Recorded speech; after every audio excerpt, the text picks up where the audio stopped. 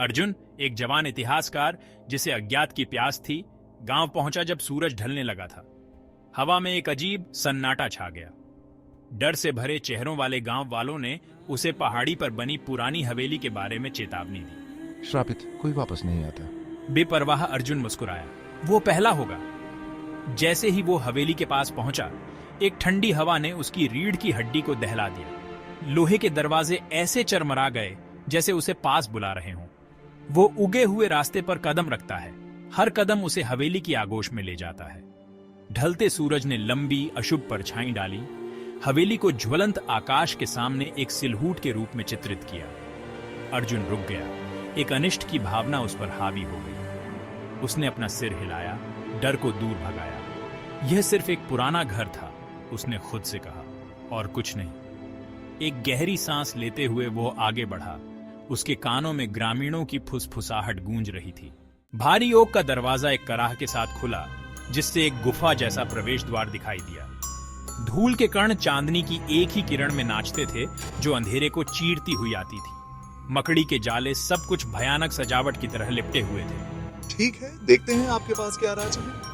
अर्जुन ने अपनी टॉर्च निकाली। उसकी किरण दमनकारी उदासी से कट रही थी। उसने हवेली का पता लगाया। हर कमरा भूले हुए वैभव का प्रमाण था। जैसे जैसे अर्जुन आगे बढ़ता गया, हवेली में जान आती गई। उसने रेशम की हल्की फुसफुसाहट सुनी, जैसे कोई उसके पीछे पीछे चल रहा हो। उसने देखा कि परछाइयां उसकी दृष्टि के किनारे पर टिमटिमा रही थीं। इससे पहले कि वो ध्यान केंद्रित कर पाता, वो चली गई। उसने अपनी गर्दन के पिछले हिस्से पर एक ठंडी सांस महसूस की, जिससे उसकी रीढ़ की हड्डी में कंपकंपी आ गई। क्या वहां कौन है? धूल भरे कमरे में उसे चित्रों का एक संग्रह मिला। उनकी आंखें उसकी हर हरकत पर नजर रखे हुए थीं। चेहरे उसे घूर रहे थे। उनके भाव दुह, क्रोध और कुछ और का मिश्रण थे, जिसे वो ठीक से नहीं बता सका। बेचैनी की भावना उस पर हावी हो गई। एक ऐसा एहसास कि वो अकेला नहीं है। उसने अपनी गति तेज कर दी। उसका दिल उसकी छाती में तेज हो रहा था। उसे बाहर निकलने का रास्ता खोजने की जरूरत थी, हवेली के घुटन भरे माहौल से बचने की। लेकिन ऐसा लग रहा था कि हवेली के और इरादे हैं। वो उसे अपनी दीवारों के भीतर कैद रखने के लिए दृढ़ थी। अर्जुन एक छिपे हुए दरवाजे पर ठोकर मार गया, जो एक टेपेस्ट्री के पीछे छिपा हुआ था। जिज्ञासा उसके डर पर हावी हो गई। उसने उसे धक्का दे दिया। वो एक छोटे से धूल भरे कमरे में दाखिल हुआ, जिसकी एकमात्र रोशनी एक टिमटिमाते लालटेन से आ रही थी। कमरे के बीच में एक महोगनी की मेज थी, जिसकी सतह चमड़े की जिल्द वाली डायरी के अलावा खाली थी। अर्जुन ने हाथ बढ़ाया और उसे उठा लिया। उसने उसे खोला। उसका दिल प्रत्याशा और भय के मिश्रण से धड़क रहा था।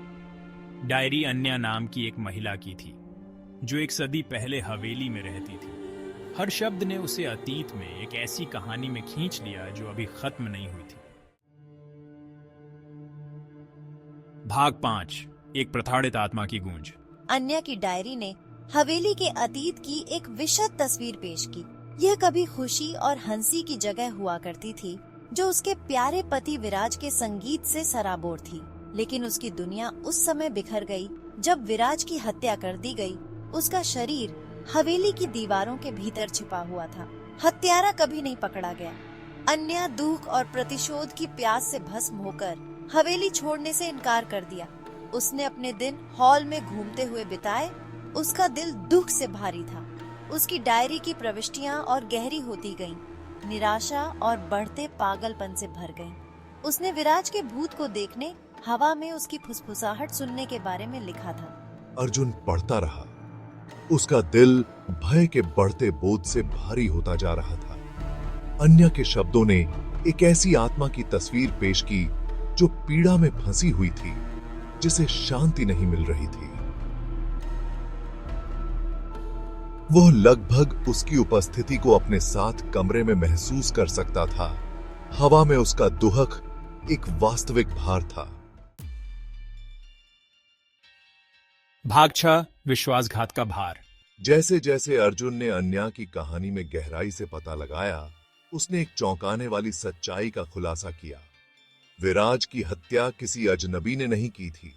उसे उसके सबसे करीबी दोस्त ने धोखा दिया था। अन्या को सच्चाई बहुत देर से पता चली।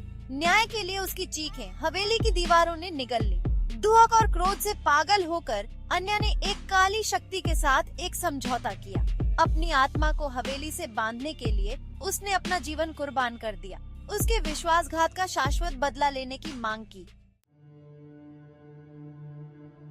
बर्फीली हवा के एक झोंके ने दरवाजा बंद कर दिया, जिससे अर्जुन अंधेरे में डूब गया। लालटेन टिमटिमाई और बुझ गई, जिससे वह पूरी तरह से अंधेरे में डूब गया। दहशत उसके ऊपर छा गई। उसकी छाती के चारों ओर अपनी पकड़ मजबूत कर ली।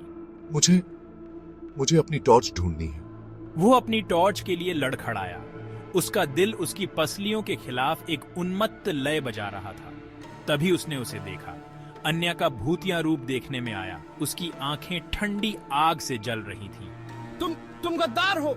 सदियों के दर्द और आक्रोश से भरी उसकी आवाज, एक शोकाकुल फुसफुसाहट कमरे में गूंज उठी।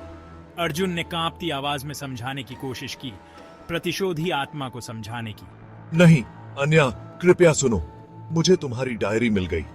मुझे अब सच्चाई पता है। आपके साथ अन्याय हुआ, लेकिन इस क्रोध को पकड़े रखने से आपको शांति नहीं मिलेगी। उसने अन्या की डायरी की बात की, उस सच्चाई की बात की जिसका उसने खुलासा किया था। उसने उससे अतीत को जाने देने, शांति पाने के लिए विनती की। अन्या का रूप टिमटिमाया। उसकी नाराजगी पल भर के लिए भूल गई, क्योंकि उसने उसके शब्दों को आत्मसात कर लिया। करुणा और समझ से भरे अर्जुन के शब्द उसके क्रोध के आवरण से होते हुए उसके भूतिया रूप के भीतर कुछ गहराई तक पहुंचते हुए प्रतीत हुए। इस हवेली के बाहर की दुनिया आगे बढ़ चुकी है अन्या। आपकी याद को प्रतिशोध से नहीं, शांति से सम्मानित किया जा सकता है। उसने उस दर्द को दूर करने का आग्रह किया जिसने उसकी आत्मा को हवेली से बांध रखा था। धीरे धीरे मानो कोई बड़ा भार उठाया जा रहा हो। अन्या के चेहरे से क्रोध गायब हो गया। क्या मुझे सचमुच शांति मिल सकती है? उसका रूप अब क्रोध की आकृति नहीं रही, नरम हो गई।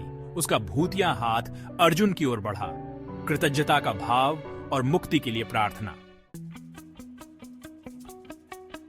अन्या अर्जुन को ले गई। उसकी टॉर्च की रोशनी अंधेरे से कटती हुई एक छिपी हुई सीढ़ी से एक गुप्त भूमिगत कक्ष तक ले गई। वहां नमी और मकड़ी के जाले के बीच लकड़ी का एक छोटा सा संदूक पड़ा था, जिसकी सतह धूल से ढकी हुई थी। यही होना चाहिए, विराज का सामान। अंदर उन्हें विराज के सामान का एक संग्रह मिला। उनकी पसंदीदा कविता की किताब, एक रिबन से बंधे उनके बालों का एक ताला और अन्या को लिखा गया एक पत्र, जिसमें उनके प्यार और वफादारी की घोषणा की गई थी। यह पहेली का आखिरी टुकड़ा था, इस बात का सबूत कि विराज एक पीड़ित था, न कि अपनी मौत में भागीदार। अन्या देखो, ये पत्र, ये साबित करता है कि विराज तुमसे आखिर तक प्यार करते थे। अन्या की आत्मा द्वारा निर्देशित अर्जुन ने एक छोटा सा अनुष्ठान किया। विराज के पत्र को एक अस्थायी चिता पर रखा। जैसे ही आग ने पत्र को भस्म कर दिया, अन्या का रूप चमकने लगा। उसकी विशेषताएं और अधिक परिभाषित होती गई। उसका भूतिया रूप एक ईथर सौंदर्य पर ले गया। एक अंतिम आह के साथ अन्या की आत्मा आग की लपटों से उठी। उसकी आंखें शांति से भर गईं। उसने अर्जुन को देखकर मुस्कुराई, कृतज्ञता का भाव। धन्यवाद अर्जुन, हर चीज के लिए। फिर एक कोमल फुसफुसाहट के साथ वो गायब हो गई, केवल चमेली की हल्की गंध और एक गहरी खामोशी छोड़कर। भोर होते ही अर्जुन हवेली से बाहर निकला, जिससे मैदान पर एक सुनहरी रोशनी पड़ गई। यह खत्म हो गया, आखिरकार खत्म हो गया।